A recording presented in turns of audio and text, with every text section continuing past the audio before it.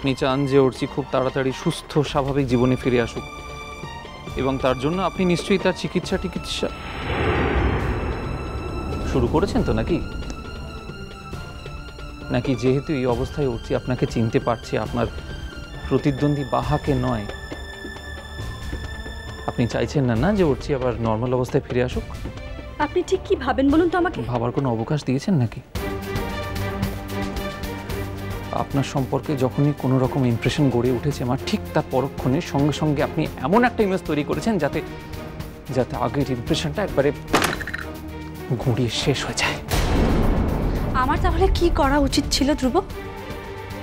অর্চি ফিরে এলো আর আমাকে চিনতে পারলো, তখন আমার ওর কাছ থেকে সরে আসা উচিত ছিল। আর যে মেয়েটাকে ও সহ্য করতে পারছে না, চেনা তো দূরের কথা, সেই মেয়েটার কাছে অর্চির দায়িত্ব দিয়ে আসা উচিত ছিল, তাই তো? দেখুন, সমস্যাটা আপনার, সেটা আপনি আপনার মতন করে সলভ করার চেষ্টা করবেন। সেখানে আমার কথা বলাটা আমার এখতিয়ারের বাইরে। অবশ্য হ্যাঁ, আমি যতটুকু কথা বলেছি সেটা আপনার জন্য। যদি না আপনি আমাকে ইচ্ছাকৃতভাবে বা অনিচ্ছাকৃতভাবে জড়িয়ে ফেলতেন। ধ্রুব, আপনি খুব দূরের মানুষের মতো কথা বলছেন। আপনি কি ভেবেছিলেন এরকম একটা মহৎ কাজ করেছেন বলে আমার কাছ থেকে গভীর সিম্প্যাথি আপনার প্রাপ্য? ধ্রুব, আমি একটা প্রয়োজনে আপনার কাছে এসেছিলাম। একটা ব্যাপারে জানবার ছিল। সারা জীবন তো তাই এসেছেন। এখন ভাবতেও খারাপ লাগে যে একদিন আমি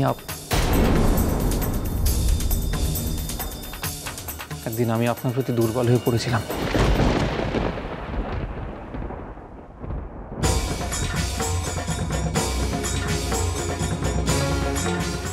একদিন আমি আপনার প্রতি দুর্বল হয়ে পড়েছিলাম।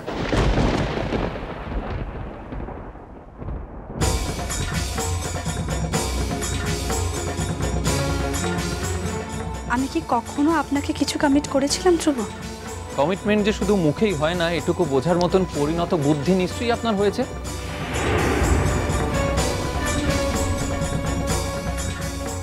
আর আমি যে সেটা ধরে বসে নেই, আশা করি আমি সেটা বোঝাতে পেরেছি তো। তার মানে এই ব্যাপারে আপনি আমাকে কোনো রকম হেল্প করতে পারবেন না, তাই তো ধ্রুব? দেখুন, আমি প্রফেশনাল, টাকা নিয়ে কাজ করি। তবে হ্যাঁ, এটাও ঠিক কথা যে শুধুমাত্র টাকার জন্যই যে কাজ করি তা নয়। টাকাটা ইম্পর্ট্যান্ট ফ্যাক্টর, ঠিক কথাই, কিন্তু সেটা শেষ কথা নয়। আমি আমার ক্লায়েন্টকে একটু আধটু গুরুত্ব দিই। এখানে আপনার এথিক্সের কি প্রশ্ন উঠছে সেটা আমি ঠিক বুঝতে পারছি না ধ্রুব। আপনি নর্মাল কন্ডিশনে নেই কমলিকা। যদি আপনি থাকতেন তাহলে বুঝতে পারতেন এতদিন যা বলেছেন, যা করেছেন, এখন ঠিক তার উল্টোটা বলছেন, উল্টোটাই করছেন, এবং সেই কারণে আপনার মধ্যে কোনো অনুশোচনাই নেই। আপনি অন্ধ হয়ে গেছেন। অন্ধ হয়ে গেছেন। আপনি এমন একটা অধিকারের লড়াইতে নেমেছেন যে আপনার বোধ, বুদ্ধি, বিবেক সমস্ত কিছু হারিয়ে গেছে। আমার না আপনার সঙ্গে কথা বলতে অস্বস্তি হচ্ছে, বিশ্বাস করুন। আই এম সরি, আমি পারবো না আপনাকে হেল্প করতে। আপনি কাইন্ডলি অন্য কোথাও যান প্লিজ। আপনি কি এক্সপেক্ট করছেন ধ্রুব? যে চিরটা কাল আমি দুঃখিনী নারী হয়ে চোখের জল ফেলবো আর অন্যদের আমার নিজের যা কিছু আছে সেগুলো কেড়ে নিতে দেবো, তাই তো?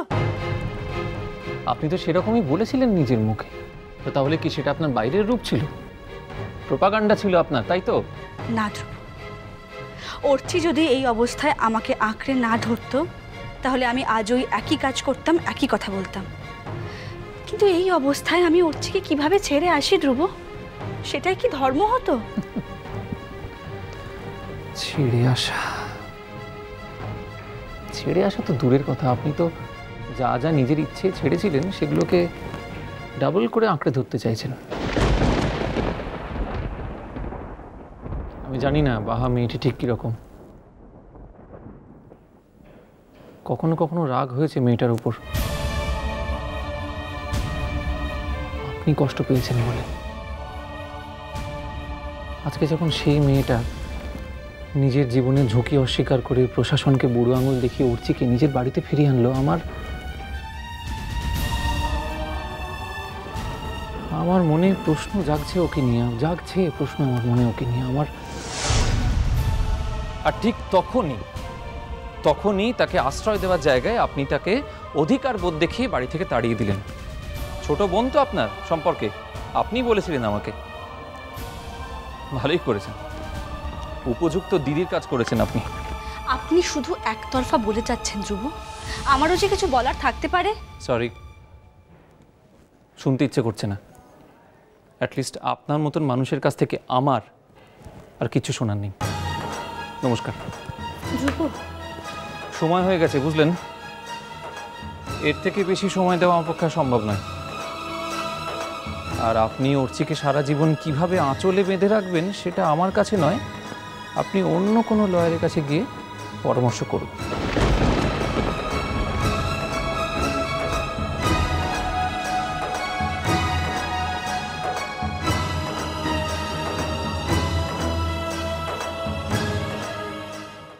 গার্গিদি, বাহার কথা সব শুনেছ?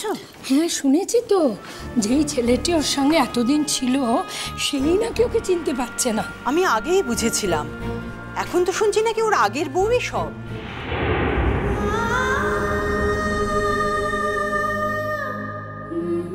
মারাঙ্গুরু, এখন মনে হয় সকলে মোর দিকটাতে তাকাই শুধু হাসাটই করে রে। এমন একটু অবস্থা মল্লিককে রেখেছিলি তো, মু কি করেছিলাম তোর কাছকে? মোর যে এখন মোড়েটা যেতে ইচ্ছাটা করে রে মারাঙ্গুরু।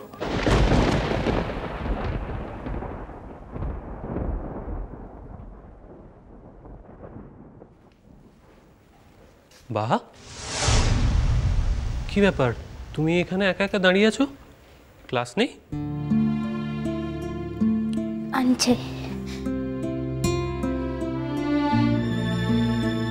হে কি, তুমি কাঁদছো কেন? কি হয়েছে তোমার? কিছু লয়। দাঁড়াও, কোথায় যাচ্ছ?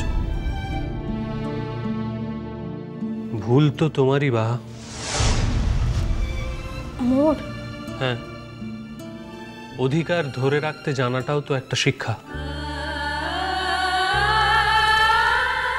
কেউ এসে হঠাৎ তোমার জায়গা দখল করে নিল বলেই তোমার জীবনের সত্যিটা তো পাল্টে যেতে পারে না বাহা।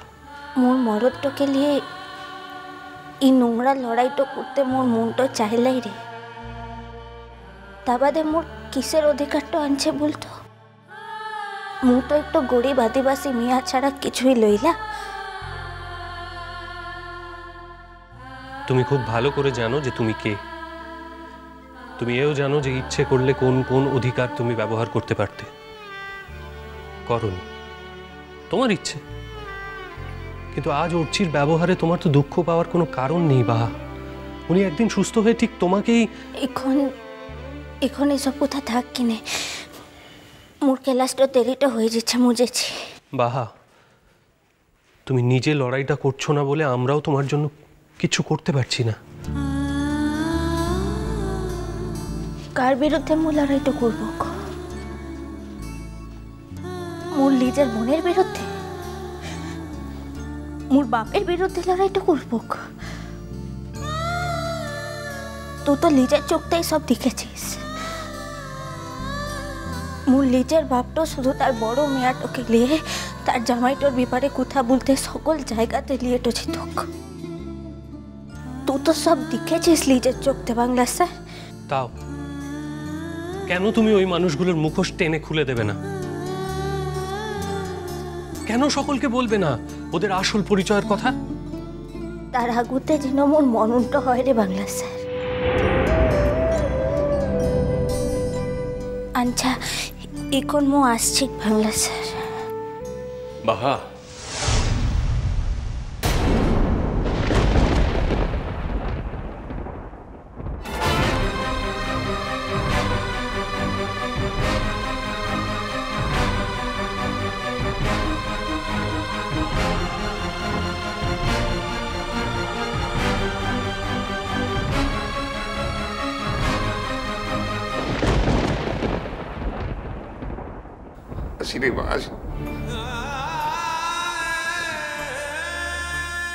বাহা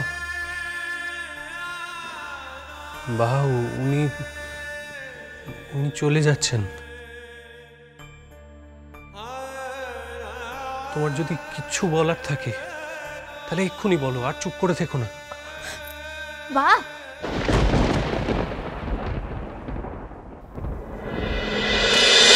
মিষ্টি কুটু মিষ্টি কুটু মিষ্টি কুটু।